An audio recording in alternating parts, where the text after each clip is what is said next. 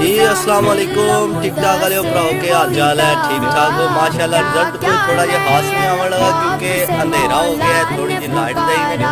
ठीक है माशाल्लाह। दो जोड़े लगाए सन, ये हो गए सेल। ठीक है ते ये जनाब सारे बहुत प्यारे भाई ने जनाब, भाई यासर करियाला ने रहने वाले करियाला सराय लमगीर विच ही आंदा साडे करीब ही। ठीक है ओके भी साडे को बहुत कबूतर लैके जा चुके हैं माशाल्लाह जनाब। ये परचेज कीते माशाल्लाह, बहुत ही प्यारे दीदार प्यार करने वाले भाई। ठीक है बहुत प्यार करने वाले।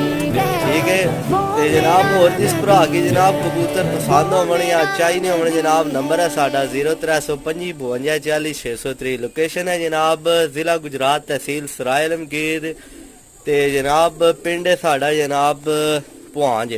ठीक है इस साइड तो भी चेक करा देना माशाल्लाह जनाब, शौक कर लो। ठीक है ये सेल हो गए, कोई भरा इन्हां वास्ते हुण राबता ना करसी।